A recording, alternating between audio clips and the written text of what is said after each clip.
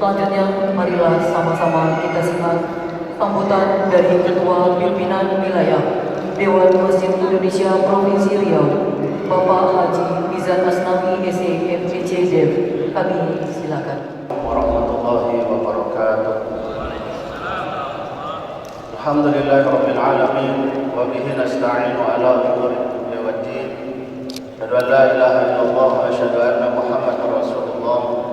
Allahumma shalli ala Muhammad wa ala alihi sahbihi ajma'in. Amma ba'd.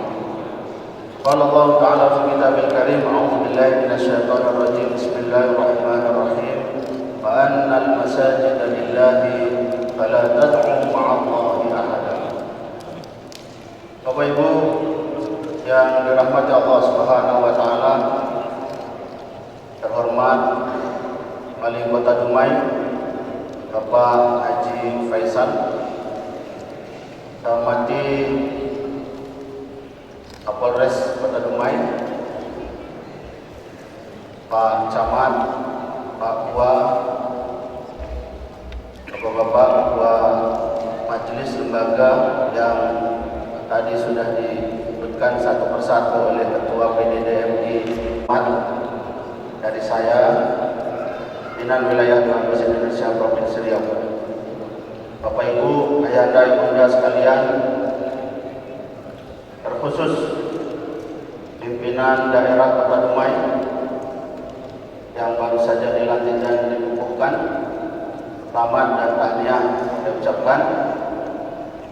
Hadirin hadirat yang berbahagia, ini ada adik-adik kita dari mana dia? Dari mana? Alhamdulillah, pemuda-pemuda kita, pemuda-pemuda masjid kita, insyaallah. Pertama dan yang utama tentu kita berbanyak syukur kepada Allah Subhanahu wa taala. Mana Allah masih memanggil kita semua ke rumah yang mulia ini, ke masjid yang mulia ini, bahwa masjid adalah rumahnya Allah di dunia, dan masjid ini adalah sepenuhnya milik Allah Subhanahu wa taala. Annal masajida lillahi fala tad'u ma'allahi ahada. Dan sesungguhnya masjid-masjid itu adalah kepunyaan Allah Subhanahu wa taala. Dan mudah-mudahan kita semuanya akan menjadi orang-orang yang selalu istiqomah untuk memakmurkan masjid kita ini. Innama ya'muru masajidallah man amana billah wal yaumil akhir, sebagai bukti kita cinta kepada Allah dan sebagai bukti kita iman kepada Allah dan iman kita kepada hari akhir. Salawat dan salam mari kita sampaikan kepada Nabi besar Muhammad sallallahu alaihi wasallam, di mana Rasulullah sudah memberikan tuntunan dan bimbingan, dan ini juga menjadi salah satu sunnah yang sangat mulia. Ketika Rasul perjalanan dari Mekah ke Madinah untuk berhijrah, singgah sebentar di satu daerah namanya Quba. Ada yang menyatakan lebih kurang 4 hari di sana, dan selama berada di sana beliau mendirikan sebuah masjid. Yang haji, yang sudah haji, yang umrah barangkali sudah sampai ke sana. Itulah dia disebut dengan Masjid Quba. Rasul tidak mendirikan istana, Rasul tidak mendirikan rumah, Rasul tidak mendirikan kantor, tapi yang beliau bangun adalah masjid. Lanjut perjalanan sampai ke Madinah, yang pertama kali bangun juga bukan rumah, bukan istana, bukan kantor, tapi lagi-lagi yang beliau bangun adalah masjid. Itulah masjid yang kita kenal sampai sekarang, namanya Masjid Nabawi. Bapak Ibu, kenapa Rasul tidak membangun rumah, tidak membangun istana, tidak membangun kantor? Yang dibangun oleh Rasul adalah masjid. Karena apa? Karena masjid inilah rumah bagi umat Islam, rumah yang utama bagi umat Islam. Masjid inilah kantor bagi umat Islam. Masjid inilah istana bagi umat Islam. Masjid inilah benteng pertahanan umat Islam. Dan pada zaman Rasul, masjid ini difungsikan untuk melayani kehidupan masyarakat, kehidupan rakyat pada saat itu, untuk memberikan manfaat seluas-luasnya, memberikan manfaat sebesar-besarnya bagi masyarakat. Alhamdulillah, masjid kita ini masih baru. Tadi malam kami jam 11 lewat, 11.30 lewat di luar masjid ini, dan dari kejauhan luar biasa memang suasana nampak menaranya dari kejauhan itu teringat kita dengan Masjid Nabawi. Pagi ini masuk ke dalamnya ya kan, juga menikmati suasana yang begitu indah ya. Dan ini termasuk masjid yang luar biasa indah dari masjid-masjid yang ada di Provinsi Riau. Nah, bedanya masjid kita ini kesannya minimalis, tapi mewahnya maksimalis. Isi ruangnya kalau dibandingkan siap, dibandingkan robus, dibandingkan tampar, apalagi dibandingkan anur, mungkin luasannya lebih kecil. Tapi mewahnya ini jauh melampaui yang lain. Alhamdulillah. Pak Wali berapa? Lebih kurang 50 kali ya. Dan mudah-mudahan dari 50 yang sudah digunakan untuk membangun rumah Allah yang begitu indah ini, Allah akan datangkan sumber-sumber pendapatan di Kota Dumai ini yang lebih melimpah lagi insyaallah. Masjid ini bisa adalah masjid yang bisa benar-benar menumbuhkan dan mengokohkan iman dan takwa masyarakat yang ada di Kota Dumai. Dan Allah Subhanahu wa taala sudah berjanji dan Allah tidak akan pernah mengingkari janjinya. Walau anna ahlal qura amanu wattaqau lafatahna 'alaihim barakatin minas sama wal ardh. Kalau sedikit boleh sharing, Riau ini tentunya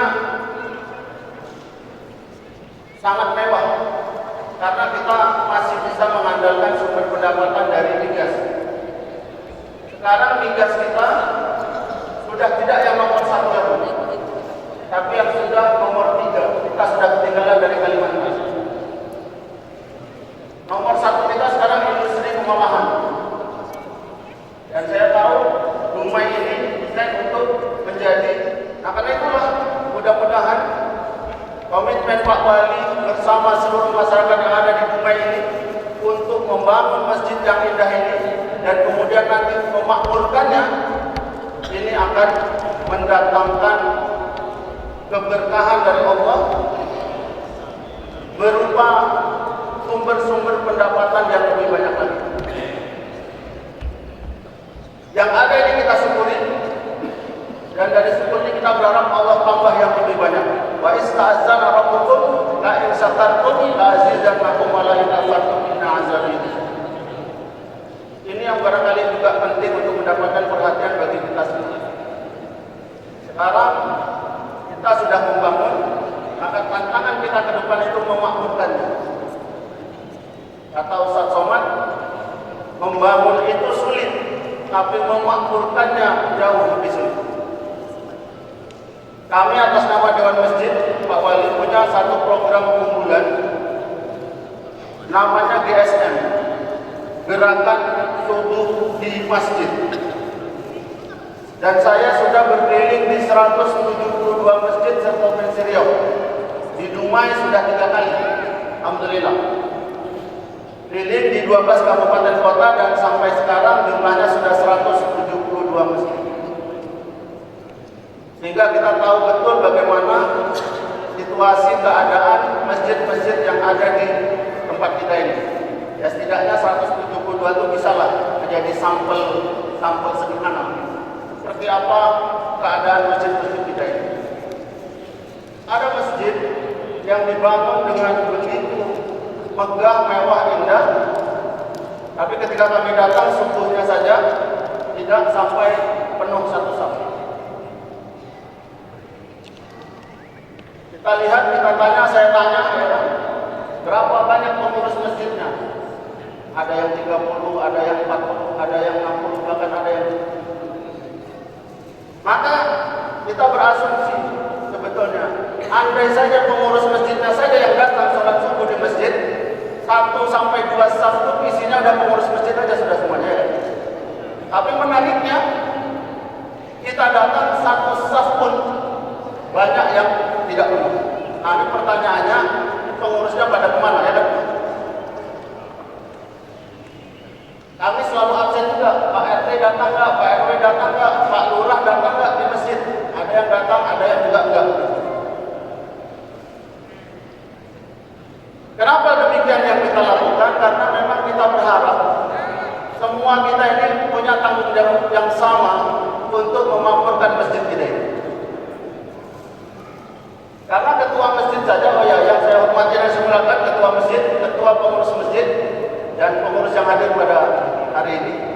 Karena ketua masjid saja tak sepenuhnya sanggup untuk menghadirkan jemaah. Tapi kalau sudah Pak RT, Pak RW yang memanggil warganya untuk datang ke masjid, insya Allah datang ke warga. Dan kami sudah buktikan itu. Pak RT umumkan yang mau urusan SKTM datang ke masjid. Datang ke masjid berbondong-bondong. Yang mau urusan administrasi apapun datang ke masjid, datang ke musola. Alhamdulillah datang. Tapi kalau hanya ketua masjid, Bapak Ibu sehari 2 kali diumumkan pun belum tentu datang. Aduma ini termasuk yang barangkali diberikan anugerah yang besar oleh Allah Subhanahu wa taala. Saya sudah dengar kabar dan banyak yang cerita bahwa Pak Wali kita ini adalah ahli masjid, begitu. Yang punya kepedulian dengan masjid. Dan bahkan saya dengar info beliau sering perjalanan dari masjid ke masjid. Jadi kalau Rasulullah itu minal masjidil Masjidil Haram ke Masjidil Aqsa, Isra. Nah, ternyata Pak Wali kita juga Isra juga, dari masjid yang satu ke masjid yang lain. Nah, itu. Bapak Ibu yang dimuliakan Allah Subhanahu wa taala. Inilah yang kemudian menjadi tantangan kita dan ini yang menjadi fokus Dewan Masjid. Bagaimana kita bisa menghimpun pengurus-pengurus masjid untuk menunaikan tugas dan amanahnya. Ini yang kita amati, wah Bali agak menarik. Di beberapa masjid sekarang muncul konflik-konflik yang tidak jelas. Rebutan mau jadi ketua masjid, rebutan mau jadi pengurus masjid. Tapi kemudian yang menarik juga ketika sudah jadi pengurus, kita nggak tahu apa yang diurusinya. Itu masalahnya. Saya kadang-kadang mikir juga begitu ya. Jadi ketua masjid ini sepertinya belum pernah saya dengar ketua pengurus masjid digaji, belum pernah. Dikasih honor daerah misalnya, belum pernah juga. Tapi ketika mau pemilihan pengurus, konflik muncul. Pernah Pak Wali saya hari Jumat ditelepon jam 9 pagi, Pak Mizan, ada jadwal khutbah hari ini? Ada, saya bilang. Minta tolong betul loh. Besok Sabtu kami mau mengurus pemilihan pengurus masjid, tapi kondisinya begini. Pak, tolonglah Bapak datang ke tempat kami khotbah hari ini. Jadi saya carikan pengganti. Saya datang ke masjid itu. Saya sampaikanlah bagaimana seharusnya masjid dan pengurusnya itu bekerja mengurusi masjid. Alhamdulillah hari Sabtu pilihan aman. Berikutnya mau penyusunan pengurus. Sudah terpilih ketua Pak Wali. Mau menyusun melengkapi kepengurusan. Telepon lagi, Pak tolonglah Pak, ini ada entah siapa-siapa datang mau jadi pengurus masjid. Kami dipaksanya kami segala macam. Datang lagi saya itu yang kedua kali saya sampaikan. Yang harus kita jadikan pengurus masjid orang-orang yang memang sudah sering datang ke masjid. Karena kalau dia nggak datang ke masjid, gimana caranya mau ngurusi masjid? Alhamdulillah sampai sekarang aman dan masjidnya makmur. Dan masjid itu ternyata luar biasa. Tidak ada bantuan dari pemerintah, tidak ada bantuan dari mana-mana. Cukup dari swadaya masyarakat untuk biaya operasional per bulannya 45 juta. Luar biasa. Operasional 45 juta. Dan sekarang masjid itu sudah punya satu unit usaha depot air minum. Nah, itu omsetnya 400 galon per hari. Luar biasa. Bapak Ibu yang dimuliakan Allah Subhanahu wa taala. Jadi DMI ingin fokus bagaimana memastikan pengurus-pengurus masjid ini menunaikan tugas dan tanggung jawab. Karena apa? Karena barangkali pengurus masjid itu di-SK-kan oleh wali kota, oleh camat, oleh lurah. Sesungguhnya SK yang tertulis itu adalah SK secara administratif.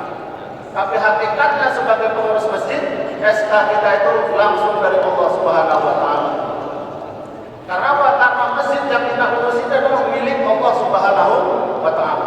Jadi barang siapa yang tidak menunaikan amanah sebagai pengurus masjid, maka dia sudah mengabaikan tugas amanah dari Allah Subhanahu wa taala yang pasti nanti akan dimintai pertanggungjawaban di akhirat.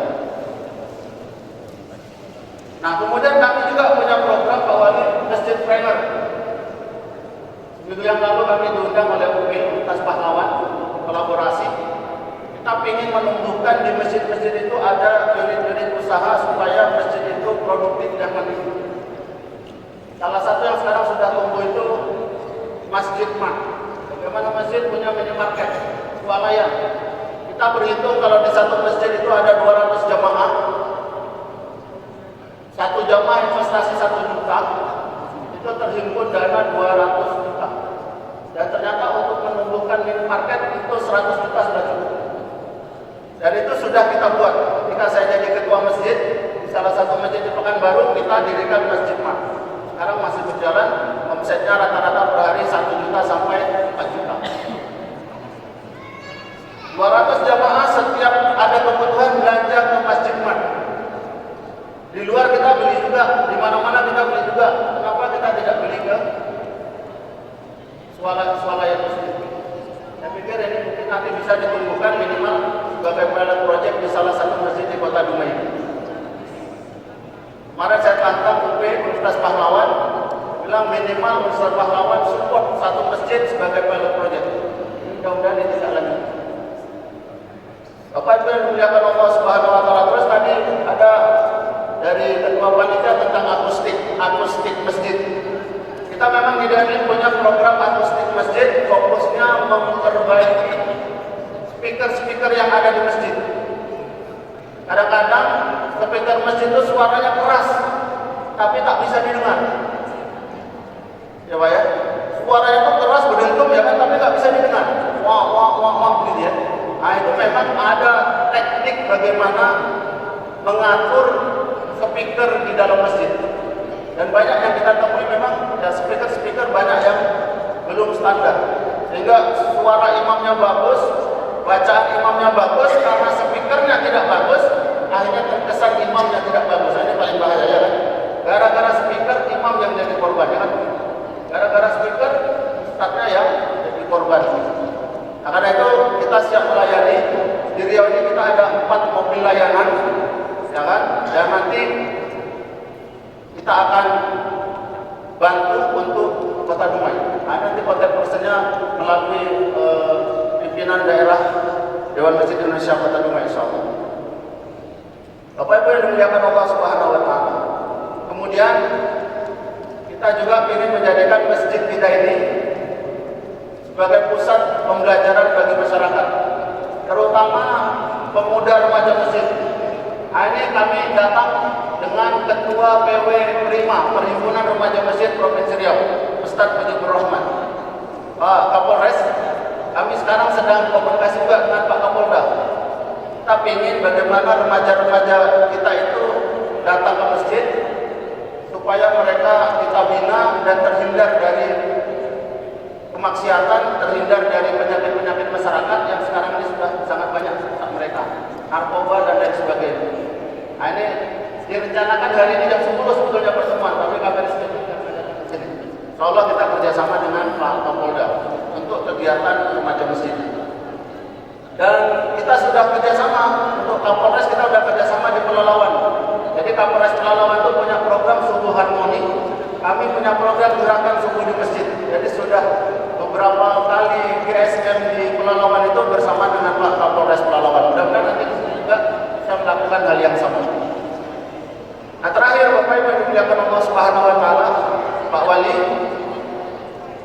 pimpinan daerah Dewan Masjid Kota Dumai ini sebetulnya makanya tadi dalam SK ini SK perubahan. Karena pengurus-pengurus yang sekarang ada ini adalah pengurus-pengurus yang menggantikan pengurus-pengurus sebelumnya. Nah, kenapa pengurus sebelumnya kita ganti? Memang karena pengurus sebelumnya itu belum sepenuhnya menunaikan tugas dan tanggung jawab. Ini juga perlu menjadi perhatian, dan saya secara pribadi atas nama pimpinan Wilayah Dewan Masjid Indonesia sudah menyampaikan sejak awal kepada ketua dan seluruh pengurus bahwa yang ada sama kita sekarang ini adalah tugas dan tanggung jawab sebagai pengurus Dewan Masjid Indonesia, yang kita akan bertanggung jawab di dunia dan juga bertanggung jawab di akhirat. Nah, karena itulah prinsip menjadi pengurus Dewan Masjid Indonesia ini pernyataan kesediaan dan pernyataan kesiapan. Kalau siap menyatakan siap, kalau tidak siap angkat bendera putih. Amin. Makanya sudah ada beberapa ketua PDDMI yang langsung saya ganti karena saya evaluasi tidak lagi menunaikan tugas dan tanggung jawab. Kenapa demikian? Karena kita tidak bisa berharap dengan orang-orang yang tidak siap. Ada yang bingung, ini apa yang mau dikerjakan? Nah, menurut kami kerja Dewan Masjid ini yang paling jelas. Apa dia? Mengurusi masjid dan bekerja sama dengan pengurus-pengurus masjid. Makanya alhamdulillah dengan kepengurusan yang sekarang ini, walaupun hari ini baru dilantik, kami sudah menjalankan berbagai program di Kota Dumai ini. Paling tidak 7 kecamatan yang ada di Dumai ini sudah ada pengurus cabangnya. Sudah Pak ya, 7 kecamatan sudah terbentuk, dan inilah yang akan menjadi jejaring buat kita untuk akses ke semua masjid untuk menjalankan program-program masjid di Kota Dumai ini. Nah, terakhir tadi disampaikan juga bahwa kita tidak akan bisa jalan dengan sendirinya. Nah, karena itu kita berharap Pak Wali, masjid-masjid kita ini menjadi tempat yang inklusif, terbuka untuk semua kalangan. Karena memang begitu yang dicontohkan oleh Rasulullah SAW. Karena ada beberapa masjid yang eksklusif. Kita mau numpang pengajian pun tak bisa. Udah kita jelaskan begini, udah kita jelaskan, maaf dulu Pak Makakin, Irwas Dadul. Itu kan dia punya program Riau Milang. Salah satunya itu roadshow dari masjid ke masjid. Datang ajudan beliau ke saya. Datang ke masjid, tidak bisa. Loh, kenapa Pak? Begini. Dan sejak itu, ketika saya keliling, saya sampaikan Pak Kapolres, tidak boleh ada yang melarang orang untuk datang ke masjid, untuk masuk ke masjid, termasuk untuk tidur ke masjid. Makanya sekarang banyak tuh masjid-masjid dilarang tidur di masjid, dilarang anak-anak bermain di masjid. Buat kami dari Dewan Masjid itu kami haramkan. Kalau boleh kami berfatwa, kami keluarkan fatwa haram, larangan tidur di masjid, pengumuman dilarang tidur di masjid, dilarang anak-anak bermain. Karena apa? Karena konsekuensinya Bapak Ibu, ketika anak-anak dilarang datang ke masjid, dilarang bermain-main ke masjid, dia akan cari tempat permainan yang lain, dia akan mencari tempat-tempat yang lain untuk bermain, dan akhirnya mereka terjebak kepada masalah-masalah penyakit masyarakat dan lain-lain sebagainya. Makanya ada yang cerita, kenapa kok lebih suka di pasar ketimbang di masjid? Karena orang di pasar ramah-ramah, antara pengurus masjid seram-seramnya gitu kan. Termasuklah tidur di masjid, ya kan? Padahal Bapak Ibu tak bisa dipungkiri, masjid ini masjid yang paling nyaman untuk tidur. Kalau nggak percaya boleh dibuktikan. Bapak-bapak nih pulang ke rumah diomeli sama istrinya, ya kan? Utang banyak, nggak bisa tidur di rumah, silakan datang ke masjid. Ambil air wudhu, sholat sunnah 2 rakaat, baca Quran agak 2-3 halaman, insya Allah tertidur. Bahkan dalam banyak pengalaman, khotib, ya kan? Khotib Jumat dengan penuh semangat, ittaqullah, ittaqullah, speaker begitu berdentum suaranya, masih banyak jamaah yang tertidur sambil duduk. Itu bukti bahwa memang masjid ini tempat yang nyaman untuk tidur. Dibuat pula larangan tidur di masjid. Gimana ceritanya? Kenapa begitu? Karena memang masjid ini masjid yang dirahmati, masjid yang diberkahi oleh Allah Subhanahu wa taala, sehingga ini nyaman untuk kita semua. Damai hati kita ketika kita berada di masjid. Tinggal sebetulnya teknis tidurnya saja itu yang perlu diatur oleh pengurus. Yang mau tidur silakan. Sekarang di Seragen sana justru ada Masjid Al-Falah Seragen, itu justru mereka mendeklar masjidnya sebagai masjid ramah musafir. Jangankan orang datang mau tidur, bahkan tempat tidur disiapkan oleh mereka. Jadi orang tuh datang memang untuk tidur, dan tempat tidurnya disiapkan oleh pengurus masjidnya. Pengurus masjid yang kayak gitu yang kita cari sekarang ini. Ini pengurus tugasnya mengurus, tapi urusannya apa? Bikin pengumuman aja yang banyak-banyak. Gak boleh begini, gak boleh begitu, gak boleh begitu, gak boleh begitu, ya kan? Akhirnya masjid sepi. Inilah persoalan yang menjadi perhatian kita bersama. Mudah-mudahan dengan pelantikan ini pengurus masjid PDDRI Kota Dumai bisa menjaga seluruh pengurus dan memberikan pengarahan yang sebaik-baiknya untuk pengurus-pengurus yang ada di Kota Dumai ini. Terima kasih atas segala perhatian, terkhusus kepada Pak Wali Kota yang sudah justru meminta supaya pelantikan ini dilaksanakan di sini, dan kemudian mudah-mudahan ke depan kita bisa terus bersinergi. Ini kalau GSM Pak Ketua bisa jalan bareng sama Pak Wali Kota, nah insya Allah ini GSM yang luar biasa di Kota Dumai. Billahi taufiq wal hidayah. Wassalamualaikum warahmatullahi wabarakatuh.